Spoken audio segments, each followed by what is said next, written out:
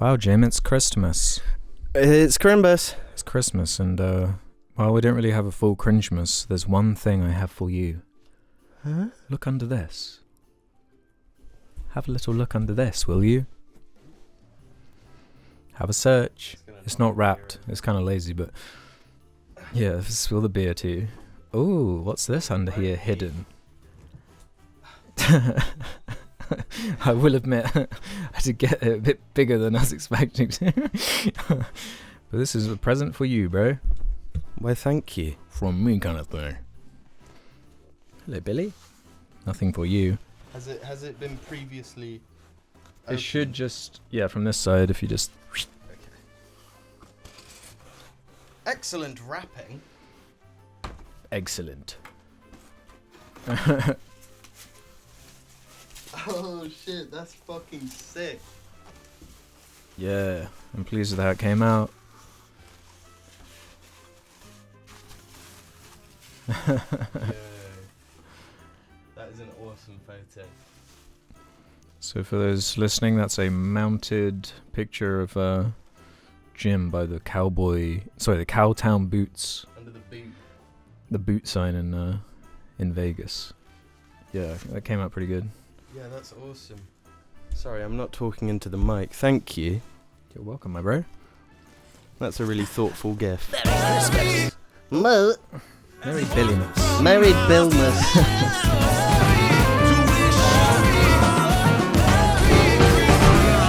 What's your favorite Christmas song? Like not genuinely. Bum. Yeah, I actually kind of like that. I was singing it earlier, which is probably why you're singing it now. Probably an earworm, as they say. Yeah, I think I like it. I like that one. I don't like Christmas music. That's unique. It is. Oh, could you do one thing for me? What? Could you light that stick of fire? Like a dragon. Like a dragon. Is that your impression of Knuckles from How to Train Your Dragon? From Sonic the Movie 3 Are you gonna go see with that? Shadow. No. Nice. Why not? It's got Keanu. Well, the Redditor in me does want to see that for that reason. Yeah. Who does Reddit love more, Keanu or Ryan? Keanu. Yeah. As much as they love the man of pool. The pool man. Yeah. The pool boy. A live pond. Well, good afternoon, morning, evening, or night, ladies and gentlemen. Welcome to broadcast number 38, I believe. The Christmas one or something? I believe. I'm Alex, joined by Jim. I believe. I believe it's a religious part of the year. Mm-hmm. That's why I believe. This is going up the eve of the eve. Eve. No Cringemas, soz. Yep. This is, we normally at the end of the year will do a wrap-up episode. This isn't a regular episode by any means. We're going to do it's going to be a two-parter, probably. Because the next week, there's just no good time to record again. It's just the holiday season. Mm-hmm. So there's going to be a cliffhanger at a certain point, and we're going to shift into a you know? Yeah. It will just abruptly cut out. Yeah, extremely abruptly. Yeah. Halfway through one of us talking. Mm-hmm. But don't worry, it'll be a meaty amount of content, I'm sure. We're going to go through our movies, TV, music, and am I missing one? Video Games. Yeah. And I feel like there's a couple events that I'll want to bring up. Yeah, of course. Anything come to mind? Just 2024 hashtag moments. 2024 Clocks on the wall, got the watches on the wrist. It's the moments. Everyone's favorite Gorillaz song. But before we get into that kind of stuff, we've got to shout out those patrons over the Jar Media Patreon that make the audio version of the show possible. Yeah. They get their names read out in the first or second week of each month. Was that previous episode or the one before that? I'm so The one before or the one before? Yeah. Of course, they also get Jar After Hours over on there too. We probably won't have one till the new year, a fresh one, because I'm going to put up the... So it's pointless me even saying this right now because it will already be up, but the Wallace and Gromit Wrong Trousers, as they say, will be going up today as of us recording. But you could have had that a whole month early, pretty much. You know what we even could do? What? Watch the new, because the new one comes out on Christmas. Yeah, that's part of why I wanted to do that. Yeah. Yeah, maybe that should be the next one.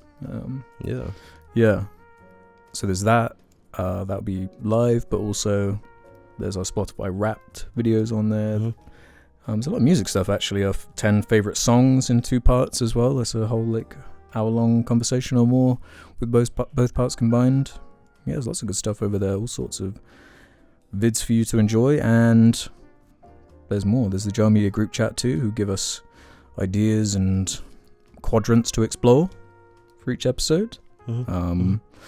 Like Chocolate Fart, who said favorite non-2024 released film / game / music etc. discoveries of the year. Don't worry, we'll get into that in due time.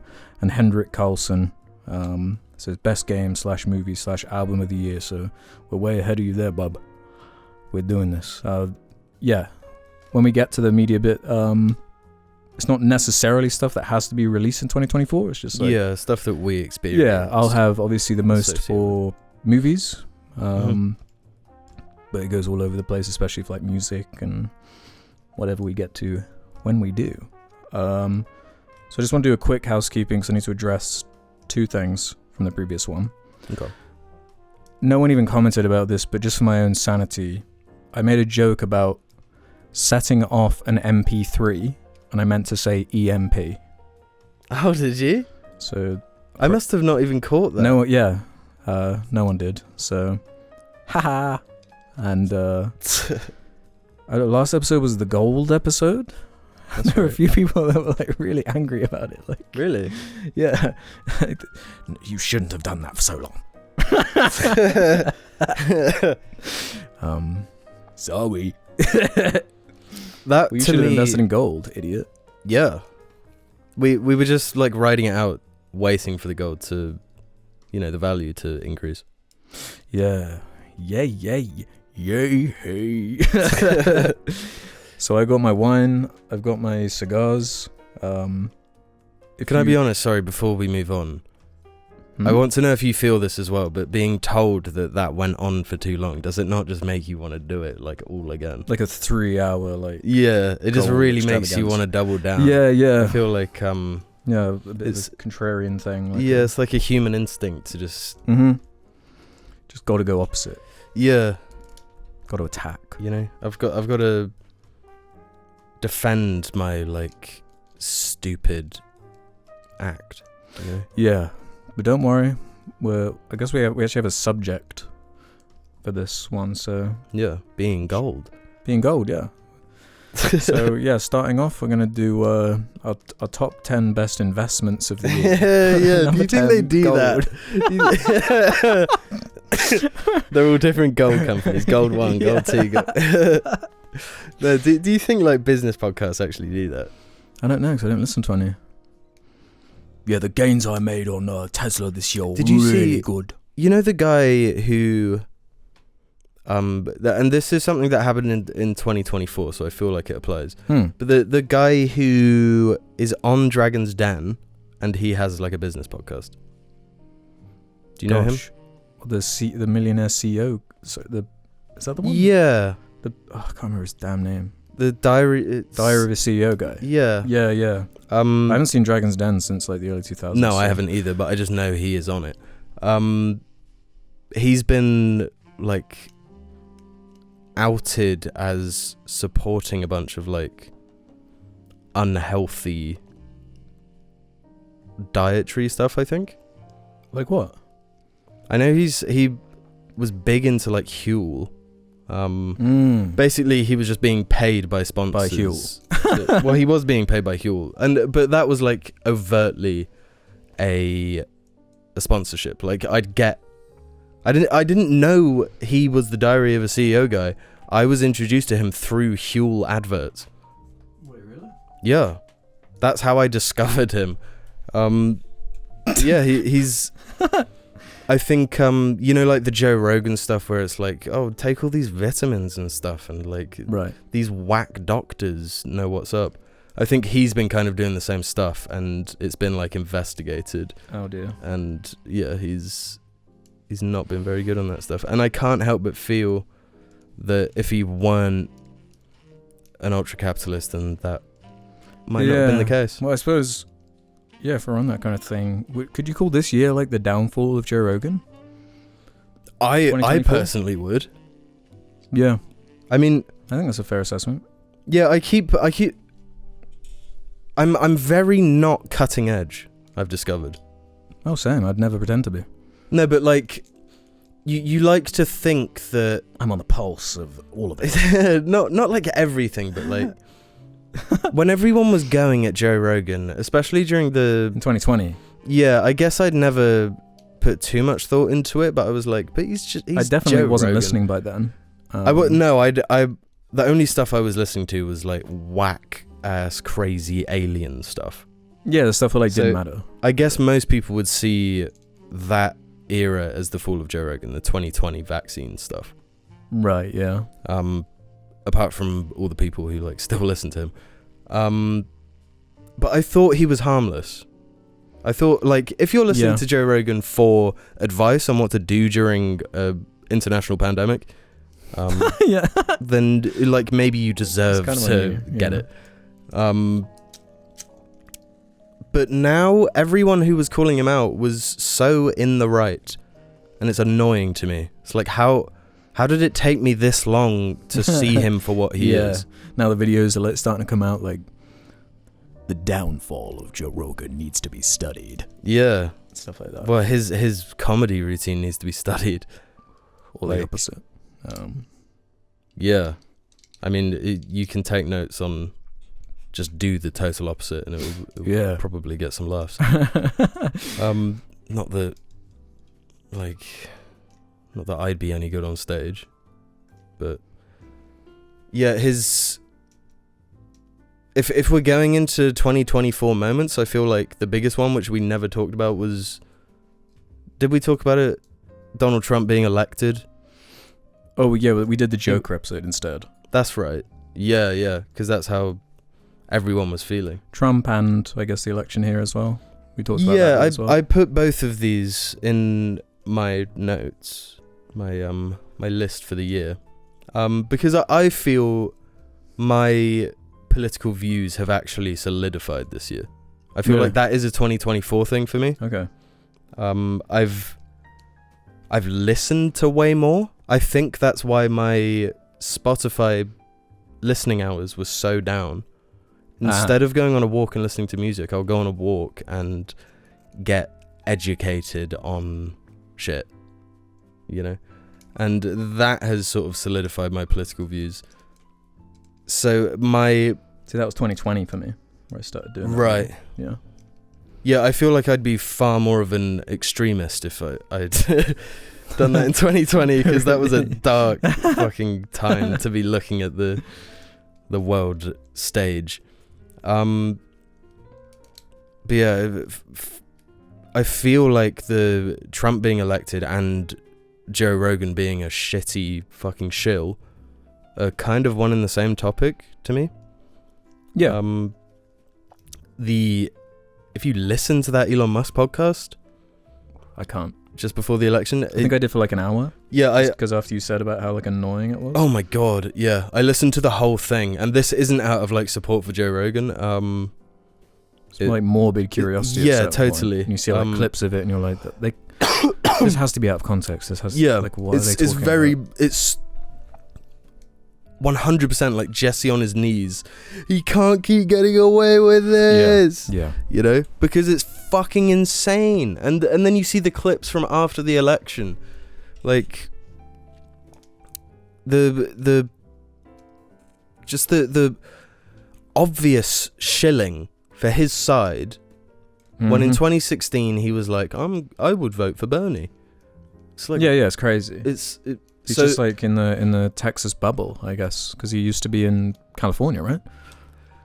Yeah. So of course he had like a bunch of like different ideas actually coming to him instead of the Texas bubble. You like got to go way out your way to go to Texas. He's in Austin, which is like a culture hub there, but like it's not California. Yeah, for sure. But also he was given like $500 million. Well, yeah. So that probably has an effect as well. That would probably make that injection of cash to anybody would probably make them this weird conservative freak. Mm-hmm. You know. Yeah, I mean, absolute power, you know. But the Trump interview as well, the Trump podcast, the Joe Rogan Trump podcast. Did you listen to all of that? I did. Yeah, while playing the Elden Ring DLC. It genuinely upset me. Yeah, it was quite dystopian. A, it was like, how can you listen to this and then vote for him? And B, by the end of it, I was like, he's definitely winning. Really? I knew, and like we predicted that he would beat. I mean, I guess it was semi-obvious, like the Democrats didn't really have a chance. If you went off polling pre-election, it was like saying it was going to be pretty tight, and now all the votes are in, it is actually closer than it initially first looked. seemed. Yeah. But I was convinced after listening. Why does it take them so long to like figure that voting stuff out? Like, I guess it's a big ass country compared to us, so it's like you kind of just know really quick. Yeah, it has to be physical in America, right? Like you have to they go have to like a the place. ballot boxes and stuff like that, where like I don't know how it works over there. It's like different by state, isn't it? Yeah, and you don't need like any ID or something. Depends on the state again. Yeah. Because I think they were using, because California never wants to have ID, and all the like Elon Musk was saying that they want it that way so that they can keep shipping immigrants up. Oh right. So they can vote for Democrats, and if the Democrats get in, then it's the last election of all time. Like just straight up lies. Yeah, so I felt pretty miserable around that period, I'll be honest. That was early this month, right? Or was it November? November. Yeah. Man, Yeah. time moves quick. But yeah. Time. Yeah. You done with the politics? I suppose the only other thing I'd say is the opposite kind of the opposite for this country. As much as Keir Starmer isn't like an ideal Labour leader by any stretch of the imagination. No. At least Labour's in. Yeah, he's but he's Elon's next target. He's like obsessed with Keir. Oh, really? Yeah. That makes sense. Yeah, Yeah. because he's threatening to fund Nigel Farage's next push in 5 years' time, which is what I said my exact fear was. Yeah. Well, and that's why I say kind of opposite, because we had all the riots here and stuff, which was a pretty dark time. So yeah. When it's like a place that you semi-know, you can like recognize these locations. You're seeing videos and you're like, oh my god, I was there like a month ago. Yeah. What? Let alone if you live in the And- city or whatever. And Elon Musk is online saying about how there's going to be a civil war in the UK. And then he also says he's going to support the Nazi fascist party in the UK, the ones that caused the riots. Yeah. Make it make sense. You can't. Fuck that man and fuck that party. Loser of the year, Elon Musk. Yeah. Whenever we bring up Elon Musk, there's one or two comments that are like, There's another rant on Elon Musk, as predictable as pie in my mouth. Yeah, well, if you don't have a problem with Elon Musk, then you're a shit. You're like a fucking shill, you know? Yeah. You're you're like an enabler. You know? I agree. Yeah, so in terms of all that, 2024 was kind of cringy, but in terms of... Definitely cringy, but it seems like a lot happened. Yeah. Yeah. But there were some good movies, maybe? Well, my take is that there are good movies and bad movies every single year. You're not going to be able to find a year that only has one or the other of those. And I've seen quite a few, so I've got 3 categories of movies to talk about here. I've got my top 10 so far of the year. I obviously haven't seen everything, and there's a bunch I still need to see, but from what I've seen at this moment, my top 10, my bottom 10, and just some notable shout-outs of stuff that wasn't necessarily released in this year. Don't know how you want to do this, because I'm probably going to dominate this conversation somewhat. Do you want to? Should we go through yours first? Okay, I did TV and movies together, right? And I've got I've got 3. I can add one actually. Thinking about it right now. And this isn't from 2024. It's more like 2004. Okay. What is it? It's Hell's Kitchen with Gordon Ramsay. Your show of the year. Yeah, I'm gonna crown that the show of my year. Okay. And I've only seen 1 season, but I hate reality TV, right? Yeah. Yeah, it sucks.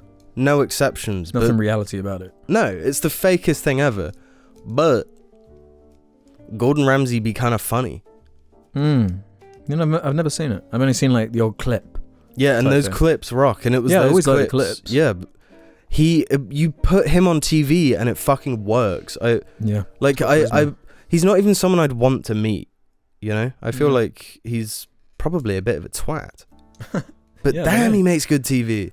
I kind of always hoped that he was like putting on that character, and in real life he was actually like a really chill, nice dude. He kind of seems to be that way. I think. Yeah. It's like a character. It's a performance. Yeah. But he's also very passionate about like food. Yeah. And that's something cool. I love the like dinner, being able to make a dinner is looked at as this like incredible thing. I was thinking about it like it should be. Like humans, we need to eat, and everybody does. But the gap in like a shit meal to an incredible meal.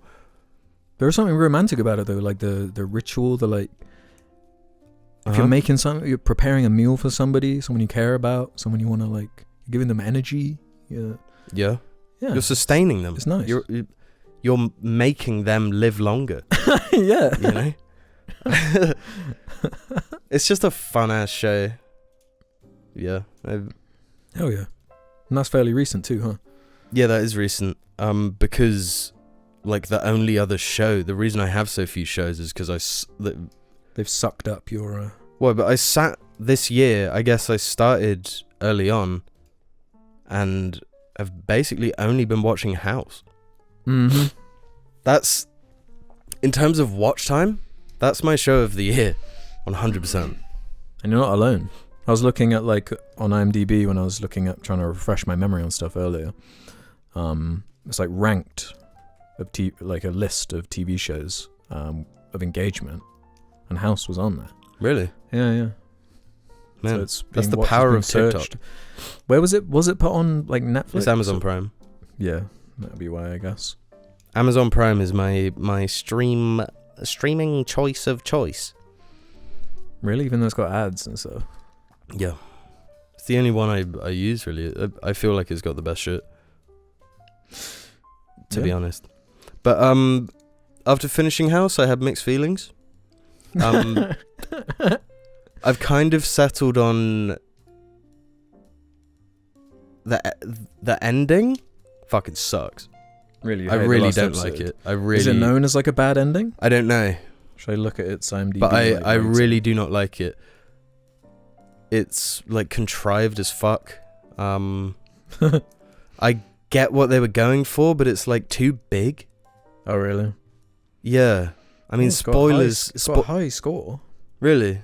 Yeah. Spoilers for House. Like I like the destination they arrive at right at the end, but how they get there is clunky as fuck. It was long seasons too. Yeah, so it's a long ass show. This is why it took me since fucking I don't know, February or something. yeah, the ending really let me down. And I feel like they could have given Hugh Laurie a lot more to work with. Like, he's got like 2 emotions. The character of House.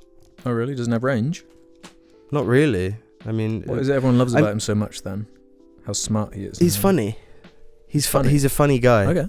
I mean, it's not that he doesn't show a variation of emotions. Like, Hugh Laurie can do a lot with his face and like just kind of and his voice, a look. Yeah, he's got an awesome voice.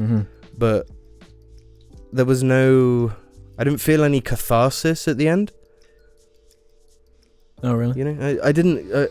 I was really fucking ready for it as well. I was like, you just need to do a little bit, and I'm satisfied.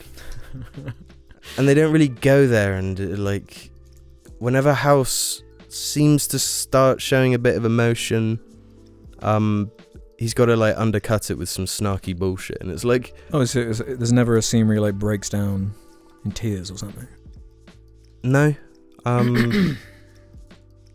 He like tries to kill himself multiple times throughout the show. I'm pretty sure. Jesus. Yeah, like it's dark as fuck, but it never like, it never makes it feel real. You know, it never gives you enough of like a real human experience to me. So I was kind of disappointed. I mean, and the show's not all bad. I mean, obviously not. I watched fucking 8 seasons, like 24 episodes each. Every episode is pretty much an hour long. I don't know how I did it. I don't know. Do I regret it? A little. Really, no. Yeah. No, you gotta just. But at the same time, no, I don't, because it was great, and I'll probably do it again. Hell yeah. Do you have any other shows? No. Seeing as you start with shows, I might as well list mine off. I'll do it Okay. fairly quick. I've mentioned Desperate Housewives Yeah. throughout the year. That's kind of like my equivalent of House. We were like, thing. yin they and yang. both have 8 seasons. They both have really long, like 20-something episodes every season. It's corny, it's saccharine, it's over the top melodrama, silly, but man, is it entertaining. These 4 main ladies are all awesome, apart from Susan. What's wrong with Susan? She's just annoying. It was like, you know, in different periods of time, there was like a different type of woman that was like romanticized in like Hollywood type stuff. Yeah. Like the Manic Pixie Dream Girl for a while. And Susan is the like clumsy girl archetype. Yeah. Is she the one who's after the plumber? Yeah, Mike. Yeah. So that was like fun to chip away at, and was like a fun revisiting of something from weirdly childhood. I guess a bunch of it. Yeah, but I won't go much more into detail on that. I want to shout out The Penguin. I wish I'd seen that. I really think you should watch it, especially with how much you like the Batman. I think Colin Farrell, it's just such a fun performance and a cool anti-hero character. Physicality of it, the prosthetics, the slant of like, I don't know, I was so kind of put off of the idea, like with all these like Marvel shows and all this like, hey, it's happening in this universe, but it's just sort of, it's tucked away in the side type thing. But it felt kind of big, but not too big, where it felt like Batman needed to show up. It's like this gang rivalry stuff. Just a good like crime show. A good, what's her name? Sophia, I think. This character like absolutely rocks. Is it the lady with the huge eyes? Yeah, with the bug eyes. Yeah, she's awesome. Great character, great show. Would highly recommend that. Did you not see Fallout? Yeah, I did. Yeah. So shout out to Fallout. Amazon Prime. That is an Amazon Prime, and way better than I expected it to be. Yeah, I see a lot of videos now, like Fallout TV show 6 months after revisited. Yeah. And I'm like, dude, whatever. The shit was fun. I don't know. Yeah, I was hooked. Like it made me give New Vegas another shot. Really? Yeah. I thought the production was good. They were building all these sets. I like the characters in there. The way it was written was solid from what I remember. What's his name? Goggins. Goggins. Goggins rocked. Yeah. When That's Walton what sold Goggins me. shows up in anything, I'm like, hell yeah, I'm in. Unless it's he kind of Tomb sold Raider. me on it. Yeah, for sure. Yeah, I'd watch another season of that. I enjoyed it. I think wasn't it Christopher Nolan's brother who wrote I believe it or so. something? Yeah. Yeah, that was like a nice surprise in the like IP schlock we're constantly bombarded with. That was one that was like, I don't even care about Fallout, but I've always liked the aesthetic of it, and it was nice being able to experience the Fallout story without having to play it. So yeah, but also being someone that I would say I like Fallout more than you. Oh yeah, without by a far. doubt. I never finished one. The reason I never watched The Last of Us is because I know every beat of that story. I've played that game 100 times, if not more. You could just watch that one episode, and that's all I'd recommend really from that show, to be honest. Episode 2? Yeah.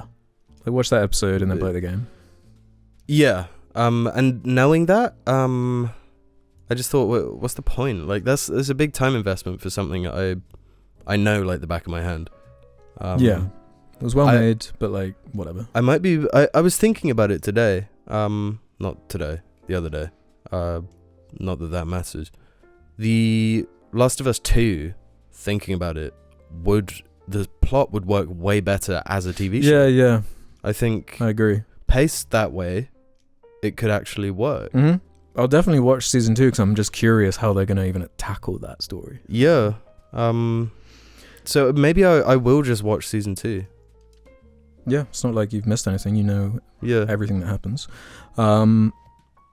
Shout out to, speaking of politics, I got into Veep in the build up to the American election, and I don't know, it was so like prescient with the one-to-one like parallel with the Louise Dreyfus main character being a vice president that then becomes president. Yeah. Reflecting like Kamala's potential once upon a time, or Kamala, sorry. Really funny show. Love the characters in it. Love I don't know, just finding something that I actually find funny and there aren't like caveats. Yeah. That's always nice. Takes a little while to get going. I found a few, like Succession was similar, where it's like the first half of like the first season, it's like trying to figure out its tone and like what it's going for.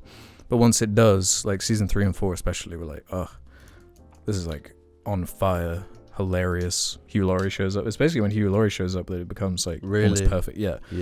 Because he, I guess minor spoilers for Veep if you care, is like the vice president to her, which is a fun dynamic. He's great in it. She's obviously amazing. Julia Louis-Dreyfus is so funny. Buster from Arrested Development. Really? He's like her bag man. He like carries her bag around. Right. Like, he's just like a bit too obsessed with her. He's like really funny. I watched the first episode of Arrested Development again recently. I did too this year, I think. Yeah.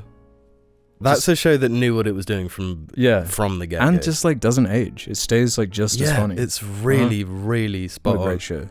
But seeming as you brought up Hugh Laurie again, because that's the main thing I got out of House, is an admiration for that man. He is incredible. Like, British icon. He's a musician. Oh, is he? I didn't know about that. Yeah, House is always like playing the piano, and then there's scenes he like buys an electric guitar and he's playing the electric guitar. And it's like he's really doing it. It's not like a stand-in. Because he's like ridiculously multi-talented, and House kind of... He's like a genius. Yeah, House is a platform to show off a bunch of his talents, though. He does like he's doing an accent. He's doing an accent. He's acting really well. He performance. Plays music all the time. And he like juggles and stuff. He's really? Super suave. There's this scene, and the CG is terrible in it. But he's like practicing making this cocktail or whatever, and he's like throwing the bottle around his body and like catching it. It's on fire, and that's where the CG comes in. Right. But he's genuinely throwing this bottle around, and it's like really impressive. What an awesome guy. Hugh Laurie is Guy of the Year, I think. Okay. Or at least your Guy of the Year. I might have someone else. No. He's Guy of the Year. I got 2 more shows. Baby Reindeer was a good British drama. Very heavy, quite different to all the shows we've just been talking about, which are quite like poppy and light. Yeah, I thought Baby Reindeer was like a documentary or something. No, it was based on the main character's like experiences in his life. Right. And it's got like a dark comedy type of thing going on. He's like a struggling comedian for a lot of it. And then all the conversations that kind of started about like the ethics of like making something like that, and then like Piers Morgan getting involved, and like the woman figuring out like the real, it's about Stalker, and the real woman Stalker like was on Piers Morgan, and it became this weird like, oh, this is becoming, it's not like a fictional thing, it's like kind of both. It's a fictional show, but it's also like this woman, and you can see that like, ooh, that was like weird and creepy and well made. And finally, I want to shout out X-Men 97. Not something I was expecting to enjoy, to be honest. But I've always had a softness for the they clapped with that. That clapped. Hell yeah. Animation was really good, actually. It was like a Korean company, I think, that did it. Does it look like a 90s show? It's got the art style, but way better animation. Yeah. That's cool. There are a couple like weird relationships. There's a whole like arc with Magneto and, I guess minor spoilers, Rogue have like a thing, which was quite weird. Okay. But otherwise the show has some great action, so many great moments. Yeah, that was sick. Awesome. That was fire. I'd recommend that. Quick question, because you brought up X-Men, was Invincible season 2 this year? I want to say it was the previous year. That's crazy. Yeah, because the ads just come out for the latest season. It has, yeah. That's probably why it came to my head. Mm-hmm. That and X-Men. Okay, that's not one for this year then. Sorry, guys. Soz. So how do you want to do this movie stuff then? I've got one. Do your one. Wonder if it's on here. I can't believe I didn't think of this. And you might even tell me it was last year. But Furiosa. Yeah, that's this shit. Yeah. That's in my. And that's the one film I've seen in the cinema this year. That's in my top 10. Yeah. It's the one movie I made the effort to go and see. Because like to me, going to the cinema, that shit's a commitment. You know. So I need to have some prior investment if I'm gonna go. You know, which sounds kind of shit because then like I'm never gonna go and see an independent film. It's only gonna be Mad Max or Batman. But I was fucking right. I love that film. Holy shit, it's cool. I saw it twice at the cinema actually. So I've been to the cinema twice this year to see the same film. Okay, respect. Yeah, I really dug seeing that in IMAX. Yeah, it blew my mind. It made Mad Max so much more versatile to me. Like, as you can do anything with that universe now with what they did with Furiosa. Well, my favorite thing about Mad Max is the world building. Yeah. And that, like, we're in such a landscape, I feel like, where like law and like these specific rules that people get so like attached to and obsessed with. It's nice to have like a looser, like mythic kind of feeling to this world. And the companion piece, like nature of it, to Fury Road, I rewatched that as well after, and it like enriches that movie, and it's like, oh, they're talking about that place, and it's like, oh, this is extremely cool the way this worked out. Despite it being a prequel, it doesn't like hold it back. It's quite a different structure to Fury Road. Totally different. I think I like that about it. Yeah, that works so well in its favor because you don't know what to anticipate at any point watching it for the first time. Yeah. You genuinely have no idea. You know what the end result is going to be, but the film goes in such directions where you don't know how it's going to get. Yeah, all you know is that, I guess, Furiosa and Joe survive, and certain characters here or there. Yeah. But everyone else... Yeah, that's pretty much it. The Metal Gear guys, super cool. The Chris Hemsworth as well is like showing some range and like being willing to put on those prosthetics and be like a villain. And be like, gross. Respect. Yeah, and be Aussie as well is cool. Like, yeah. No, I gained a lot of respect for him in this film because for so long it's just like he's Thor, he's the hot guy. Yeah, he's gonna take his shirt off. Yeah, I saw him play a villain in a movie. What the fuck was that movie? It's based in like a hotel. It's got John fucking the Madman John main guy. I think I know what you're talking about, but I never saw it, so I can't pull it right now. Yeah. But I know what you're Anyway, Chris Hemsworth was the bad guy, and it was like he's got his shirt off all the time, and he's the hot bad guy. Yeah, like in he's Ghostbusters. his thing is like 2016. he's in a cult. He's like a cult leader, and it just didn't really work for me. So I just saw him as like a piece of meat. You know? he was just a piece of ass to me. Yeah. With this movie, he's still got his shirt off all the time, but when it's Mad Max Gimp shirt off, totally different vibe. Yeah. Like, you don't want to go near that guy. You don't want to smell his armpit sweat, you know? And they don't like shave off the edges as far as like his evilness. Yeah, he's viciousness. Like, yeah, that's what you want. Yeah. I don't know, he might be my favorite like Mad Max villain, to be honest. Yeah, I love the little drops of his past that kind of indicate why he is the way he is, why he's so batshit and brutal and horrible. And it's like cape thing being stained with the paint and stuff. Yeah, super cool. Just really, his chariot, fuck. Yeah. Loads of great ideas in that movie. That was my so impressed. number 8. Okay. I mean, it should have been number 1, but so should I go like 10 good, 10 bad? Okay. And go like this? So where are we at? Let me know if you want a break as well, either. Let's get through the movies. And so number 10 for seeing as I just did Furiosa, I guess I'll start with my number 10 worst that I saw. Yeah. Kung Fu Panda 4. Oh, sheesh, that hurts. Bro, it hurt to watch. Really? That bad? It's not good. It's not alright. It's not okay to do this to Kung Fu Panda, baby. Because I was let down by 3. But it's like, 3 it's just sucked. forgettable. You know? It's not really like insulting. It's like, yeah, you kind of blew it. Like, it's nowhere near. I think 2 especially, but like. Yeah, I think coming off of 2, 3 is bad. Yeah. Like, how do you go from that to that? If 3 is bad, then 4 is like insulting. It's like the Memberberry thing, where all the marketing was about like, oh, we're bringing back the tiger, not the tiger. I don't want to say his name because I always say the character from Mass Effect 3. Hey, Kai Lang. It's Tai Lung, I think. Tai Lung. Kai Lang. The new villain's like this chameleon who like sucks. Aquafina is in it. Right, yeah. It looks like shit. Really? Whereas like 1 and 2 especially were like, they were pushing something with that. Yeah.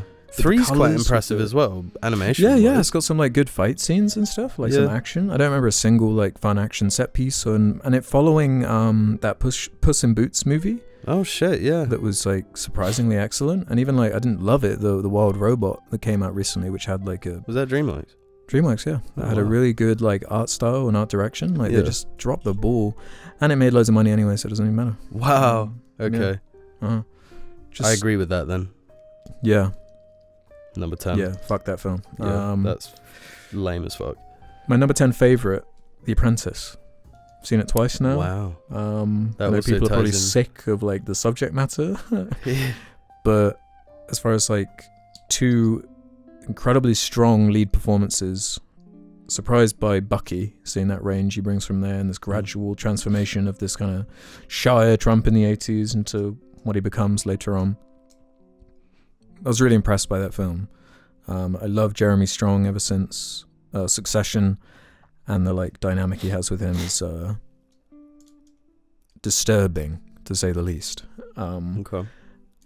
And obviously they're based on real people, and Jeremy Strong is playing an infamous New York lawyer called Roy Cohn. And I watched a bunch of like interviews with him, of like real life interviews, and we're like, wow, he nailed this. What a great performance. I'd like to see a nod at the Oscars, but not many people have really seen it or talked about it, so it was really well directed. It was quite a modest budget for how like big the scale is of like 80s New York, and like plucking in these old stock footage of New York from the 80s and whatnot, but it's just a cool style, frenetic, moves quick, got loads of good characters. Would really recommend. 9th worst, bit of a controversial one. Terrifier 3. Do you know anything about this? Art the Clown and these Is this these horror films? They're just like disgusting. Yeah, the whole. They have violent. incredible gore, like the best gore you've ever seen, but just in a framing I find so dull, so boring and repetitive, that it just doesn't work for me. Like, maybe the most bored. No, not the most bored. That's my number one. One of the most boring cinema experiences of the year for me. Oh, you saw it at the cinema? Yeah. Wow. Yeah, I did a Sardonicast in that if you want more detail on that, but goddamn, did not like that. But I think Art the Clown is in Call of Duty, so... Oh, cool. Yeah. Yeah, I'll buy that for People £20 calling him or like a whatever. new horror icon. Yeah, But I'll like- buy Call of Duty for £70 and then the clown pack for another 30. Yeah, just really not Nice for me. round number. Not the kind of horror I'm looking for. Yeah, sounds boring. Number 9, good. Honora. Do you know anything about this film? Watched it again yesterday, actually. It's about a hooker, dancer, works in a strip club woman in New York who gets into a relationship with the son of a Russian oligarch. They get married in Vegas, and you can imagine the parents of the son are not pleased about this and the kind of drama that unfolds from that. Right. Really funny, surprisingly like delicate at points. There are these Armenian characters in it that are hilarious. They're so good. Yeah, maybe like one of those kind of unexpected comedies where it's also like a drama as well. But you're like laughing, and these are like cool characters. Really well directed. Sean Baker. Thought it was fantastic. It's probably going to win a few awards. I would expect. It's, you know, the like stereotype way like strippers or, you know, sex workers are depicted in like Hollywood. It's like the rich man comes and picks her up off the street, and damn, they have the perfect romance. It's kind of like what would really happen. Right. That's a cool angle. Yeah. So big shout out to Honora. Really love that. Number 8 for bad, Venom: The Last Dance. Watched this last week. You mean for good? Nearly got me there. When saying that, it is the best of the 3 Venoms, in my opinion. Really? Yeah. Better than Venom 1? Nah. Yes. I never even saw Venom 2. You could skip straight to 3. Okay. But I don't know. Maybe Venom 1 was the movie that made me stop going to the cinema, because I'm pretty sure I saw it at the cinema. Yeah, I remember seeing it with you. Yeah.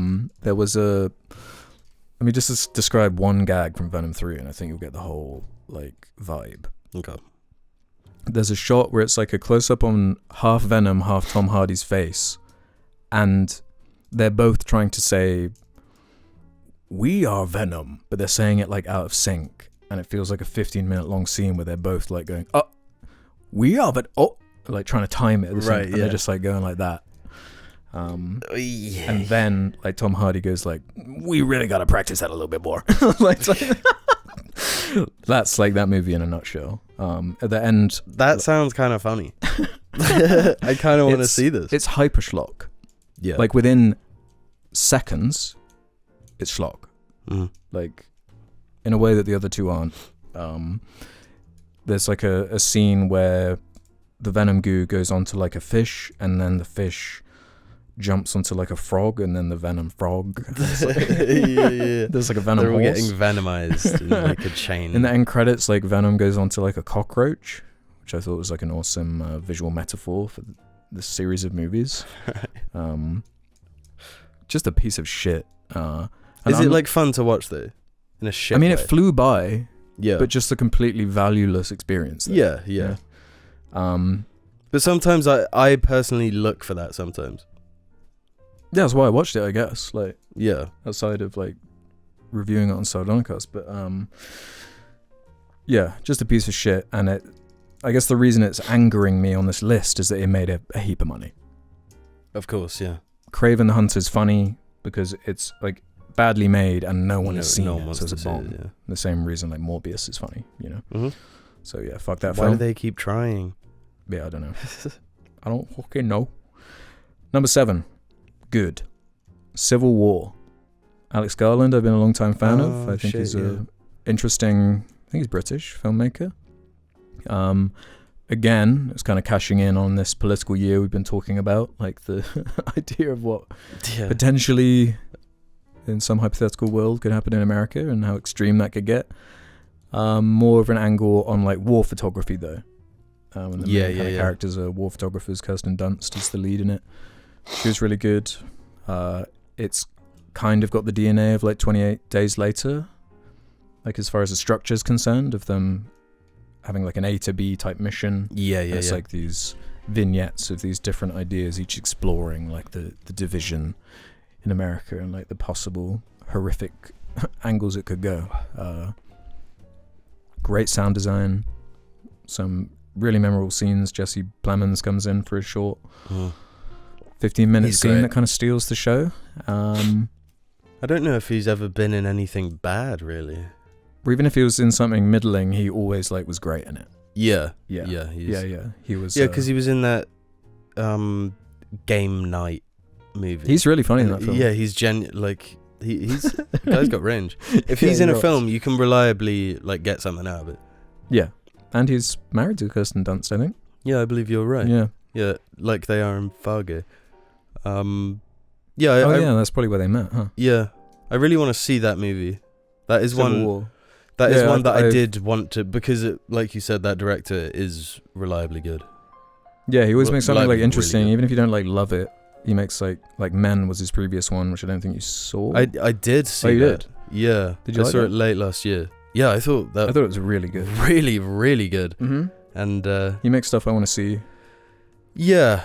After the ending scene of Men, I'm not gonna forget that. It's like it traumatizes you. Yeah. You know. I also thought he shows you stuff that you don't even. I genuinely find, can't especially the comprehend. beginning of that movie, really scary. The idea of like, because I don't know, we often go for like hikes, like in the woods and stuff, and the idea of like being tailed or followed by someone, and then the framing of like this town where everyone's got the same face, and this didn't come out this year, but like just on Alex Garland, and this like fertility god thing, and all that stuff's really creepy. Yeah, I remember seeing. You'll see them in garden centers and stuff. Yeah, I remember seeing thing? one as a kid. Is it pagan? Pagan. Yeah, it's like ancient. I remember seeing that face as a kid and thinking like that is a horror film. Like, why isn't there a horror film where that's a thing? Mm-hmm. And that's basically what this film is. But you don't realize until right. A lot of people reduce it down to men bad, but that's like a really shallow interpretation, in my opinion. Yeah, of the film. Yeah. So yeah, shout out to Civil War. Yeah, we should watch that together on the projector. I own it. I bought it on iTunes. So. Yeah, I'd be down. So that's, what's that? 7 good, 7 bad. Madame Web. Yeah, boy. That was this year. One of the first things I remember from the year seeing. Funny film. Like a lot more funny than Kung Fu Panda 4 or Last Dance. I almost put Madame Web on my list. Just because, like, all the conversation around it is like so funny.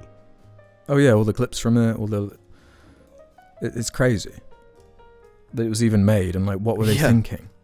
Like, I can kind of see the thought process with a character like Kraven. At least like Kraven's Last Hunt is like a big famous Spider-Man story, whereas like, who knows Madame Web? Who? Yeah. And then having her be like the main character too. A trailer came on for it in the cinema. I can't remember who I was with, but they said,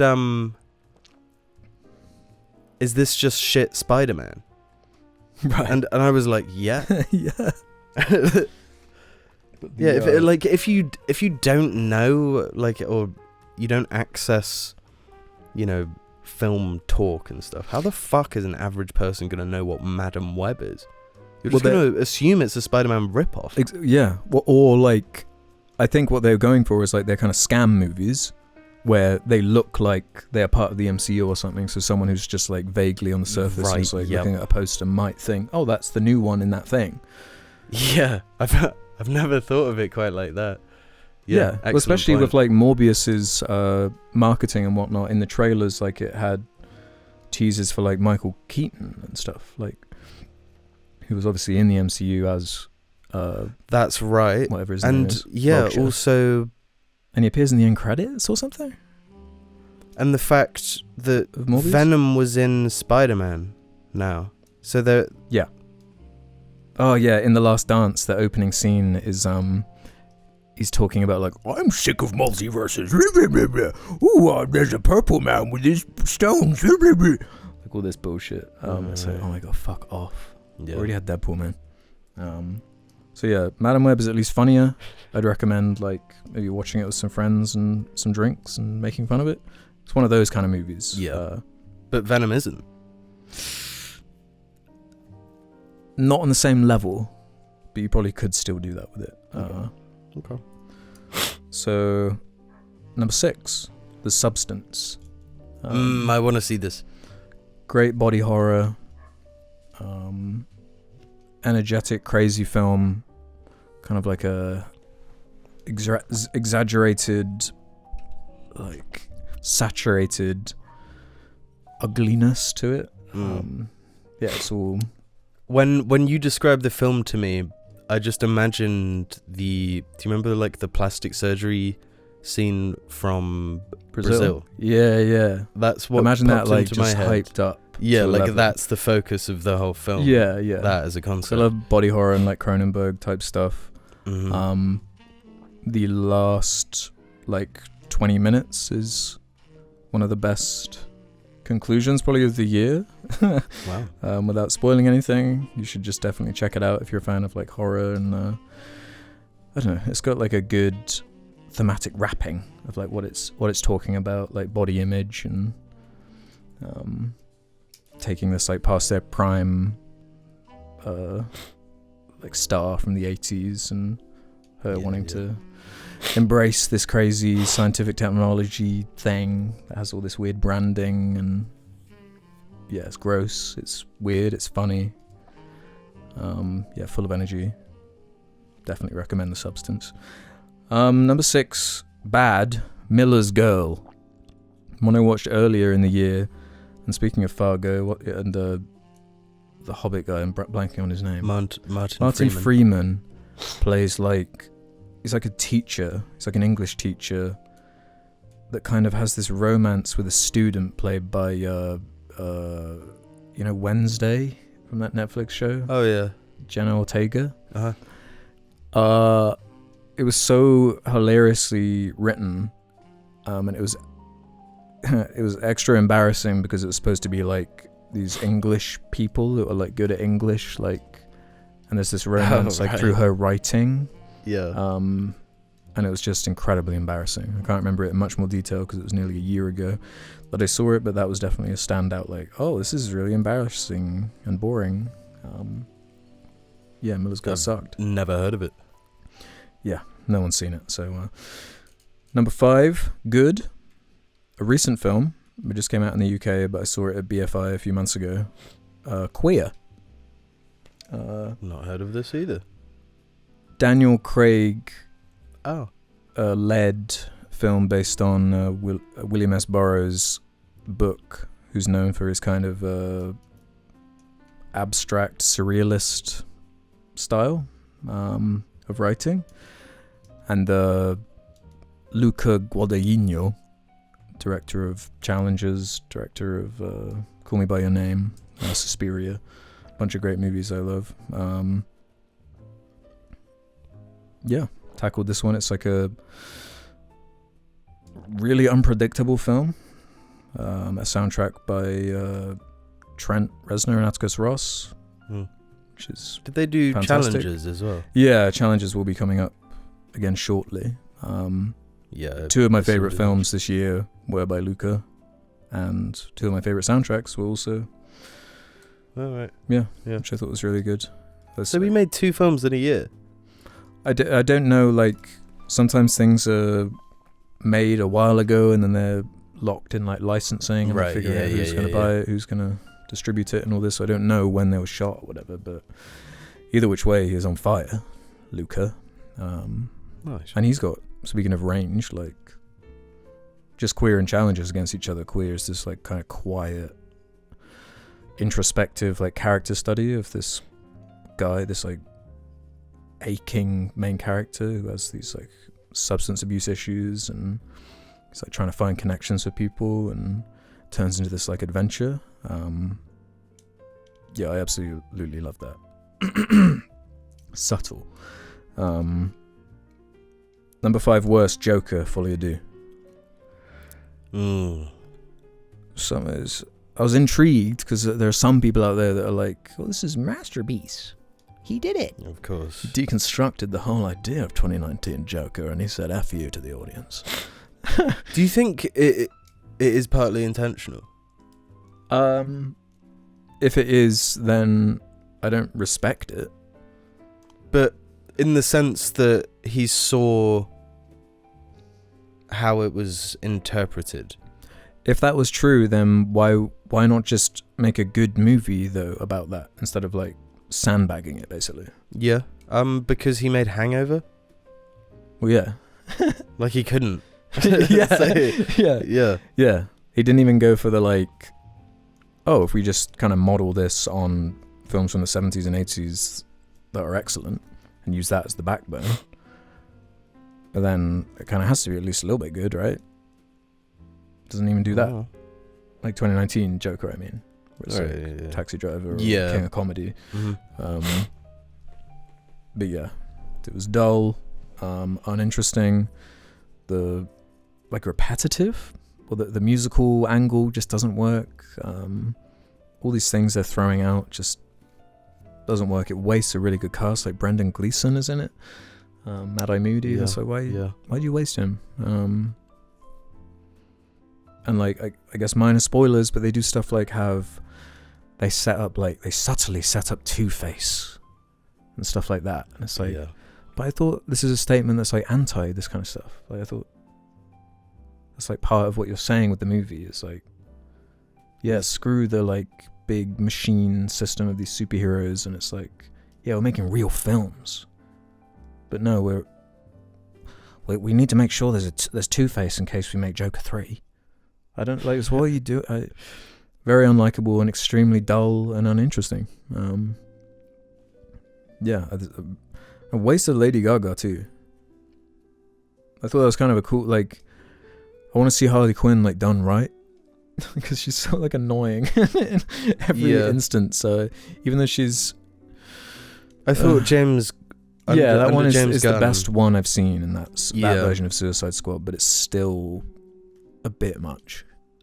I mean, but I don't know if that's just the character inherently or whatnot. But I thought that casting was interesting though, of like Lady Gaga, like what she'd bring. Yeah, I've never seen Lady Gaga in a movie. But what the fuck does she know about cameras? Number 4, just briefly mentioned it. Challengers, complete inverse of Queer. It's like a tennis. Yeah, hyper energetic tennis movie, like a love triangle type situation. Incredible, especially conclusion. The way it's structured. And it's like these flashbacks that like all loop into each other, and you're like learning new information about these 3 characters each time. Beautifully shot. The Trent Reznor, Atticus Ross score, obviously, with the but unlike the sensitive kind of quiet thing it's going for in Queer, it's like EDM. It's like goes hard. And I'll be bringing up that music again when we get to the music section later. That was a great film. 4 bad. This might be a bit unfair, but I put this film, The Ballad of Suzanne Césaire, which I saw at BFI. I sprinkled in a bunch of these like hour-long obscure documentaries. I'm trying to even remember what this one was about. It was like a woman reading poems in like the jungle for like an hour. Wait, that's the film? Yeah. That probably sounds reductive. And there's like a type of person that will probably love that. And maybe if you're in the right headspace, you might love that. But god damn it, that's not why I'm watching films. It feels like something that I'd see in the Tate Modern. I'd sit there for 5 minutes and be like, okay, and then move on. Yeah. I get you. Number 3, good. Look Back. An anime movie. It's like an hour long. Hmm? Yeah. It's about 2 artists. They're like manga artists. They each have like different perspectives on art and like what they want. One kind of is interested in commercial success. One is more interested in just like doing it for themselves. Okay. And it's heartbreaking. The animation is incredible. It's kind of loose, frame heavy. It's really short. That's on Amazon Prime. I'd recommend that. Oh. Yeah. And I got, I'm picky with my animes. Like so many of the tropes I don't enjoy. But you're an anime connoisseur, one might say. But yeah, I really rated that. Number 3 bad. Rebel Moon Part 2. What? What? God, it was somehow worse than Part 1, and Part 1 was embarrassing. Zack Snyder's take on Star Wars. Yeah, I remember. Or like a Kurosawa movie.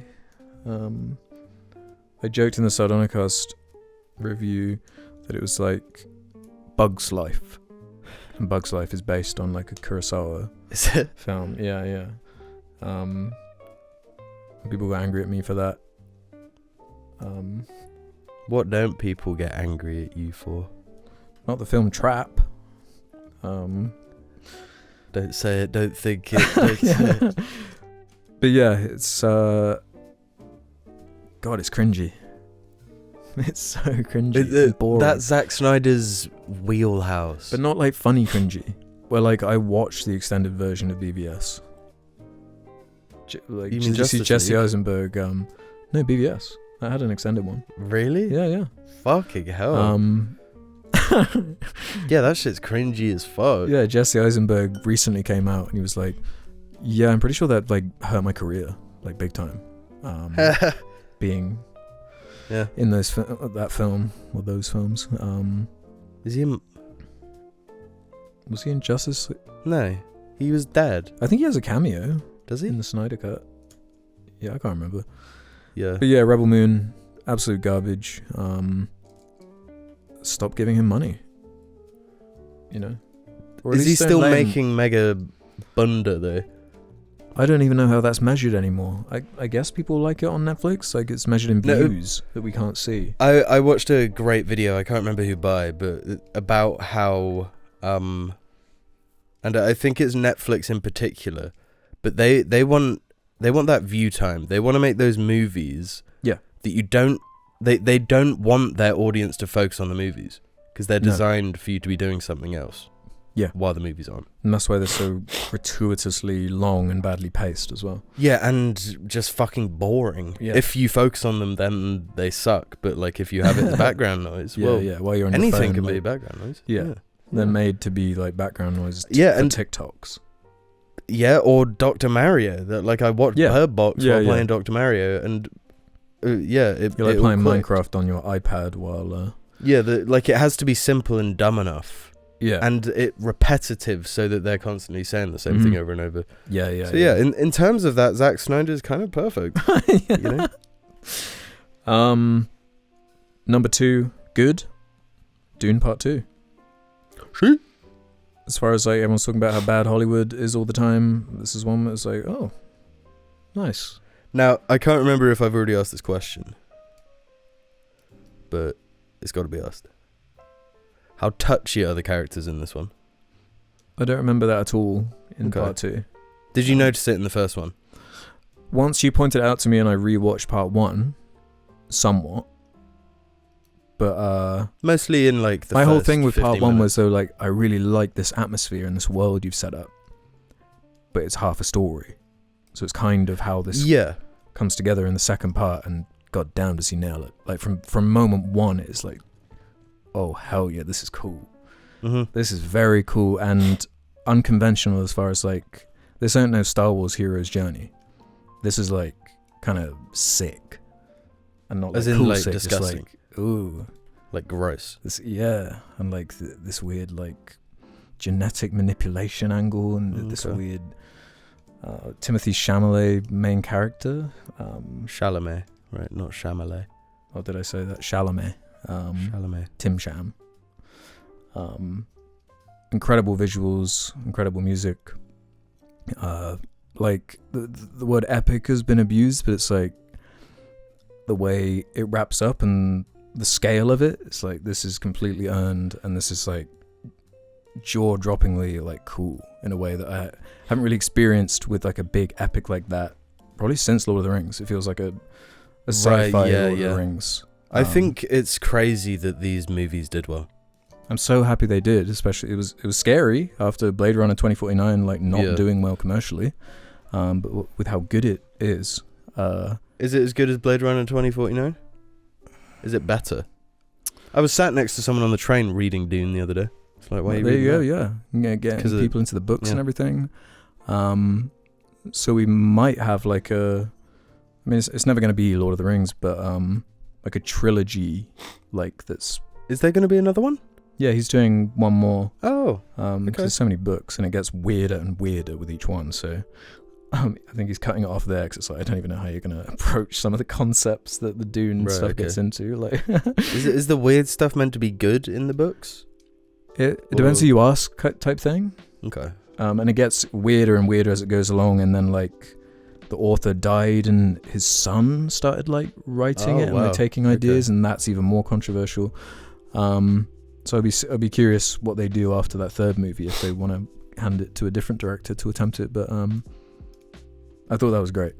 Doing part 2, I'd recommend checking it out, especially because you've already seen part 1. Like, I've seen all the build up and none of the payoff. Yeah, exactly. Yeah, it's just it's just like hours of payoff. The thing is, a lot of the way Dune 1 structured itself, I was like, huh? For like the whole thing. Yeah, you have to have subtitles. You have to. Yeah, because I've only seen it in the cinema once, and you can't like hear half of the. Yeah, exactly. That's what I mean about subtitles. And they're saying like Bene Gesserit and like all these weird like words, and you're like, what are you saying? Yeah, like without having book knowledge. Also, when you're like so focused on the ridiculously impressive visuals, like as a slideshow of just awesome like. Unreal Engine 5 tech, like that shit was cool when like the sound design and like when the rockets the big guns are shooting down and it hits like the ship with the shields and it like goes incredible shit with and the explosion is like running in the foreground. It's like it's like fuck me, this shit looks incredible. I don't know why any of it's happening. I don't know who anyone is, but fuck, this shit's cool. And the ornithopters flying around and folding their wings back. Oh, that's cool, man. Yeah, they're awesome. It's very cool. Dragonfly very things. Cool. But it's a big investment, hence me never seeing it. I know I would have enjoyed it. I know for a fact, but it's like, this is a 3-hour film, and I've got to like drive to the cinema, blah, blah, blah. Number 2 bad, Borderlands. Oh, sheesh, yeah. I hate the Borderlands games for their writing. I think they suck for that. And surprise, surprise, a film version of it is somehow worse. Wow. They okay. Imagine making Borderlands characters worse, like more annoying than in the games. I mean, I wouldn't believe it until you tell me Kevin Hart's in the film, and I'm like, oh, okay, that's doable. And he was like one of the funnier parts because he clearly doesn't know what a Borderlands is. Right? Yeah. And doesn't give a shit either. He's like, I'm the army guy with the gun. I'm like the cool guy. Like, I mean. It's playing Jay-Z. Oh no. No.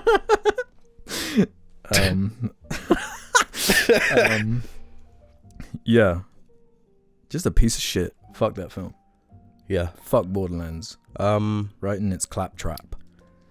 And it's Jack Black's claptrap. Do you think that's the only reason they got him? Oh, your name kind of like rhyme. Oh, it's so bad. So fucking bad. The Dutch was in it. That was the high point. Oh, is he good? Oh yeah, he's Marcus. He is, yeah. Hell yeah. He was also in Desperate Housewives in one episode. Hell yeah, he's also in Ant-Man. He is in Ant-Man. Is it only more things? Ant-Man 2 or? It's Ant-Man 2, yeah. Yeah. That film fucking sucks dick. I weirdly watch Ant-Man 1 like every year. Really? Yeah. I don't know what. I can't. Ugh. Yeah, I'm watching it like gritting my teeth the whole time. It's like, oh, there's a fragment or a hint of like a cool, funny concept. Yeah. Tom's the tank engine. To be action fair, scene. the whole like ending sequence is kind of fun. Yeah. I'll be honest. I kind of enjoy that. And I like the actor. He's in House of Cards, the villain guy. Yeah, the yellow jacket character. Yeah, who's in Ant-Man 3, right? He's like the head guy. Oh, he's MODOK, yeah. Yeah. Spoilers. I like that. I like that actor. So, yeah, I don't know why I repeatedly watch it and get angry at it. Uh-huh. And the process is, I'm like, this film is irredeemable. I fucking hate this. This shit sucks. And then by the end, I'm like, that was fine. Yeah, that director is... he sucks. God, he's bland. Yeah. Jesus Christ. The fact he directed Yes Man is never-endingly funny to me. That's a fire fucking film. That's my 2024 film of the year. So my number one greatest, a little unknown gem on my letterbox like roundup of the year. Double Tucker. Double Tucker, bro. Get your phone out and go on IMDb and search Double Tucker. Can I do it on Letterboxd? Because I don't have the IMDb app. Oh yeah, you can do it on Letterboxd. It's probably got like 3 ratings. Double Tucker. Yeah, just search Double Tucker and look at the poster. I want to see your reaction. Or hear your reaction or whatever. Ooh. Find it. Hang on. 2024. Oh! Yeah, I saw you reviewed this or said you'd watched it or something. Yeah, your star rating, and I was like, I might have to check this one out. There's something special. Is it a genuine like this is fire? Or I'm being pedantic. This isn't my real number one. I'm sorry. But in my heart, that's disappointing because it looks like like it could be actually kind of fire. It is fire. The first time I watched it, I didn't have subtitles, so I was just guessing what was happening, which made it its own like joyous, lovable experience in and of itself. Just like, what are these like minions flying around while people are like dying, and it's like taking itself weirdly seriously, and it's like, what the fuck? Oh really?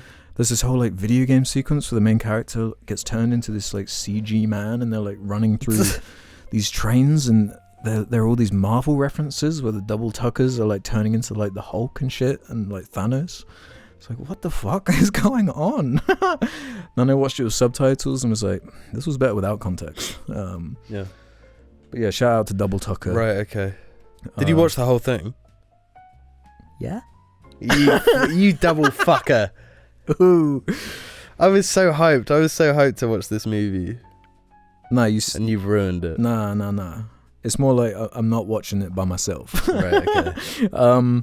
My real number one is Memoir of a Snail. The stop motion animated that's another film. one that I saw that you'd... Yeah, I've seen it 5 twice stars. now, cementing it as probably my favourite that I've seen so far of the year. An Australian film, main character voiced by one of the characters from Succession, who's an Aussie, getting to do her Aussie voice. That's 2 Aussie films, or at least Aussie directors in my top 10, with Furiosa. Yeah. Which is cool. Get that Aussie cool. representation out there. Australia. Oh, it is heartbreaking though. And like, is it animated? Yeah, stop motion. Oh, cool. But it's not aimed at kids at all. It's really fucking dark. It's 90 minutes long. It flies by. It's heartbreaking. It's about twins. The whole snail aesthetic is amazing. It's got this gloomy color palette. All these characters are like really ugly looking. Oh yeah, that's made for me all round, baby. I don't think it's got really a general wide release until like February in the UK or something. So yeah, when you can see Memoir of a Snail.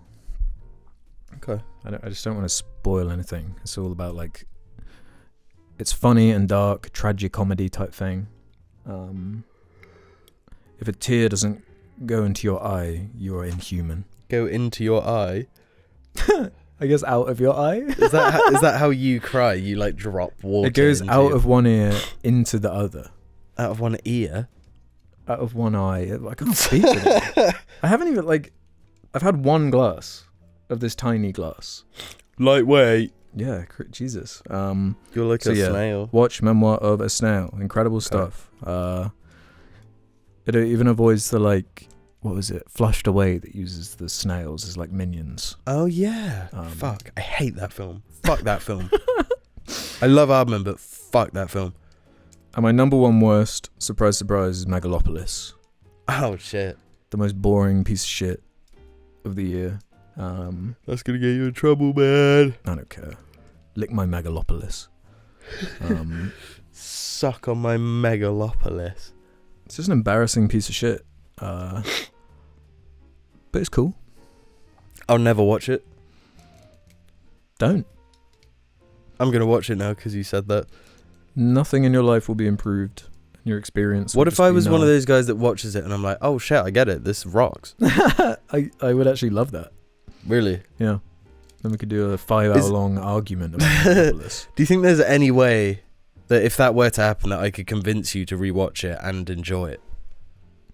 Only if you watched it with me and were pausing it every time something interesting was happening, and you explained it to me and why. What if I did cool. the bit when Adam Driver talks to a guy in the cinema? I was the guy. Would that do it? Maybe. Okay. Go back to the club. Oh, what a bad film. Ugly, confusing, thematically all over the place. Beautiful. Beautiful. Deep. Smile makes smiles. Yeah. My worst theatre experience for the year. Yeah, by far. Okay.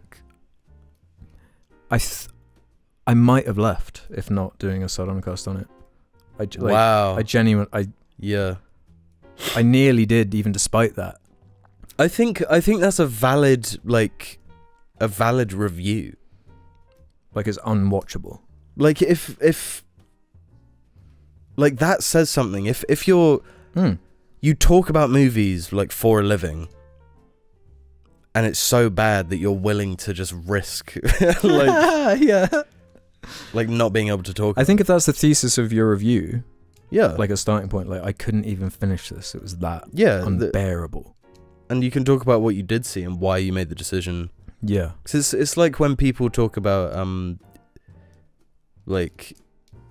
it's more applicable to video games, I guess, because they be long as fuck. Much more of a time investment, even though but people are like, fair. You didn't even roll credits, so how can you? It's like if it's wasting my fucking time, then I'm gonna get up and leave.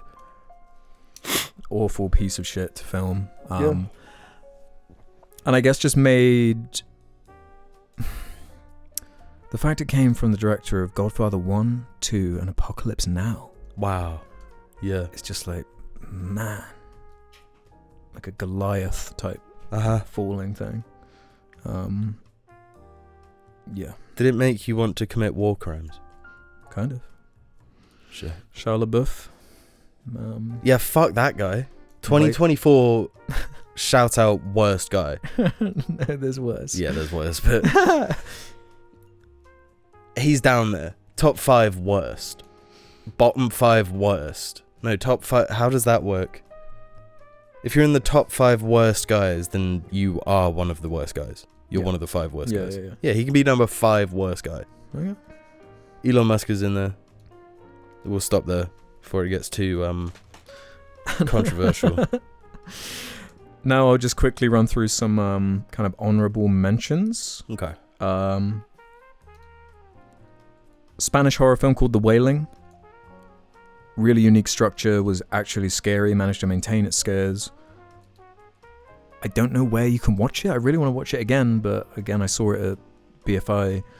So I hope it's picked up and released wider at some point. It's in Spanish, obviously. I think it's like half Spanish, half Argentinian. Really cool structure. Was like unique to me. Yeah, that flew by. I love that. speaking of Jesse Eisenberg earlier, his second directorial, his second film that he's directed, called A Real Pain, was excellent. What was his first film? One I didn't see because I heard it was middling. Kieran Culkin, carries it. It's his film. It's mostly set in Poland. Oh wow! It's funny. It's charming. It's got good moments of drama. Yeah, I really dug that. Jesse Plemons, speaking of him, Kinds of Kindness, or Kind of Kindness? I can't remember. Kinds of Kindness, the Poor Things director, the Lanthimos. Right, yep. Lobster director, weirdo. It's not my favourite of his. It was decent. It has some segments that I preferred more than others, but that was really solid and creepy and weird and obtuse and unlike Poor Things that like everyone saw and was interested in. I guess no one really saw this one. It was kind of like, this is for me kind of feeling to that movie. Yeah. I feel that with Lobster. The Lobster. I love that film. I'm just going to skip over some of these. In a Violent Nature is another horror movie I want to shout out, where I didn't even like it really. I only gave it like a 2.5 stars on Letterboxd, but the gimmick of it was, it's like a Michael Myers horror film, but from the perspective of the killer. Okay. Yeah, that's so a fun. lot of the movie is like following him and or it, or whatever you want to call it, the monster. And some of the kills are gnarly. Like really good, like practical effects and like creative, and it's got this like art house style, which is like really weird. Doesn't fully work. It's like really boring until you get to these like kills. Right. That can work to a horror movie's advantage. Kind of. When it's just getting like, I might go off this, and then something crazy happens. It was more by the 10th shot of like perspective of behind the killer walking through like the beautiful Canadian woodlands, with like in complete silence except for the footsteps in the like grass or whatever. The crunching of the leaves. Like by the 10th time you've seen that and heard that, it's like, oh my god, can we just like, right, yeah, can we see something else? Can we move this on a little bit? But I'd still recommend like watching it. It was kind of interesting. And my last shout out for films from this year anyway is Horizon: An American Saga. Kevin Costner's weird like attempt at this epic western trilogy. Maybe it's 4 films. Just an idea so big and ridiculous that doesn't work, but I had to respect kind of like the hustle and attempt at it. I'll be honest, I find Kevin Costner just very uncool. Yeah, same. Like he's kind of lame. Like he's not the main character though. He's just like there's all these different characters, and it's supposed to be the idea I think that he was going for. It was like supposed to be covering a huge segment of the Old West, like in different ways, and like all these different. The sets were cool. Like the shooting on location was really sweet. There are some cool scenes. It's just got like it's really unfocused. There's loads of bad acting, loads of bad characters. But there's some cool stuff in it, and it felt like at the end of it, I'd be like, "Oh, this is just getting interesting now." Like, right. And it's over, and it's like 3 hours long. It's like bloated, and yeah, bit of a miss. I need to shout out, didn't come out this year, but Mars Express and the show Last Man, French stuff that no one's seen and more people need to see. I've been jerking off Mars Express for like months and months. Awesome sci-fi, like detective genre film. Another one I've got to watch. That was wonderful. If that came out this year, it'd probably be my favorite. I've seen it, I think, that would be number 1. Yeah, or at least in like the top 5. Nice. And French anime though. Gay. And the final one I'll shout out. I finally saw the Rocky Horror Picture Show. Oh, okay. One of those like osmosis movies where like you kind of know it, and you definitely know a bunch of the music from it. let's do the time warp again. Uh-huh. Yeah. I mean, if you haven't seen it, like, you know a bunch of it. Tim Curry like just owns it. Weirdly, I think it came out in the 70s. Sounds Weirdly right. progressive Uh-huh. as far as like a lot of the stuff it's playing with, and it's obviously a cult film. Like, they still do showings of it to this day, and everyone dresses up, and it's like a whole thing. I had a great time watching that. I want to shout like out. Sorry, I'll let you finish first. Well, just like, it's nice when you watch like a classic, where you already feel like this pressure to be like, yeah, everyone says this is awesome, and then like, oh no, this is awesome. Yeah, they were right. Yeah. Yeah. I want to shout out. Like, because you said theatre earlier, referring to the cinema, but I went to like a theatre in London. You actually saw the high art. Yeah. I've kind of, you know, upgraded from the silly movie show. Yeah, I've pulled the myself up picture from my bootstraps and no, I saw Hades Town, which any like drama interested person would know of. I'm guessing it's about like Greek gods. Yeah. It's just a like one of the Greek myths told in musical form, but it's all like well, that sounds like up my alley. What's the? I mean, it kind of gave me Hercules vibes, like the movie. But what's the place in like Saint Denis, but the real one? Florida? No, that's not Florida. Fuck. I made that same mistake in our review, I think. Oh, that's really gonna bug me. I'll Google it. But it's that sort of like jazzy music, and the songs are so good. I think I don't know how it New Orleans. works. New Orleans, yes. So it's very New Orleans inspired music. But they're in like Olympus. Yeah, well, they're on a stage. But well, no, they go down to like the underworld and stuff. Right. It's a Greek myth. Hades plays a big part in it. You would probably recognize some of the characters from the game Hades. Yeah, well, that'll be coming up when we get to the game segment, probably in the next episode. Yeah. Because like Orpheus. But I'm terrible with remembering like Greek names and stuff. But yeah, really. Sisyphus in there? Huh? Is Sisyphus in there? No, Sisyphus isn't in there. He's my fave. He rocks. What a fucking guy. He literally rocks. Yeah, pun intended. Yeah, I would highly recommend going to see that, because I don't want to spoil anything, but it kind of rocked my world. Yeah? Yeah, and like from a character thing, from a story thing, a plot thing? I mean, like the Greek myths, they were telling fucking belters of stories. They did it.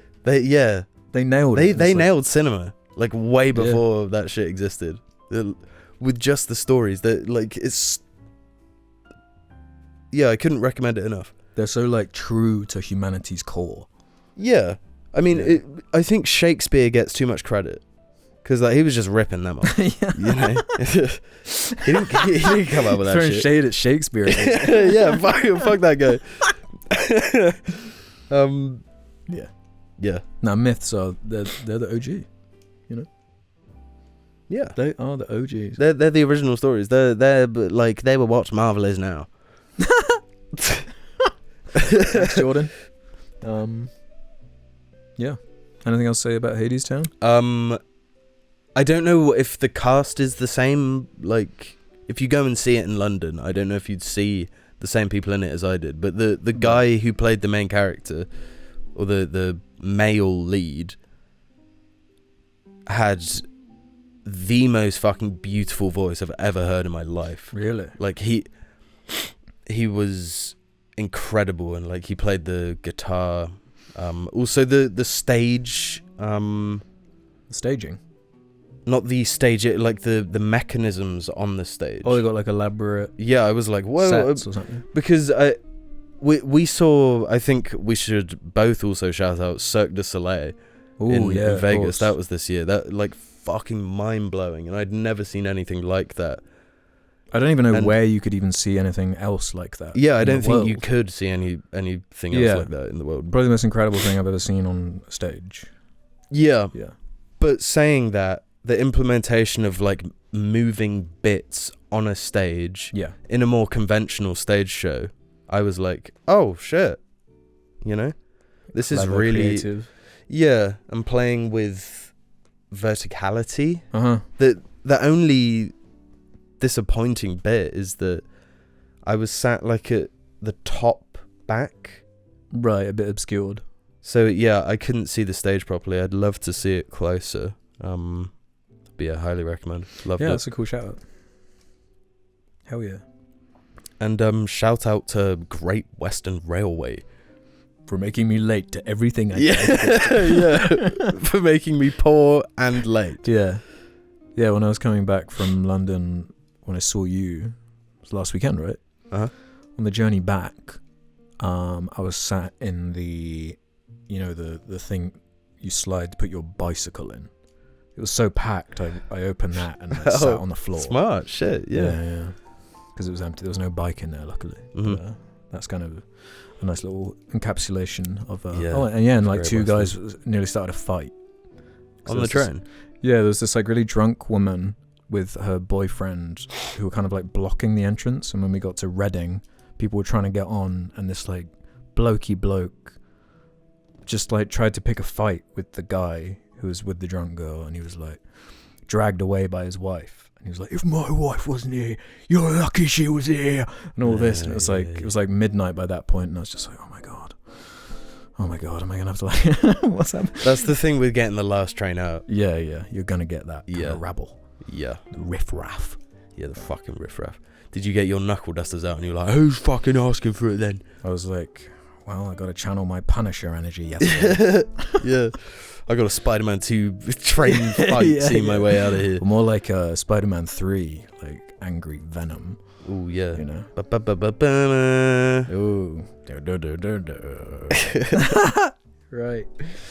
So that's the movies. That's probably a good place to... Yeah.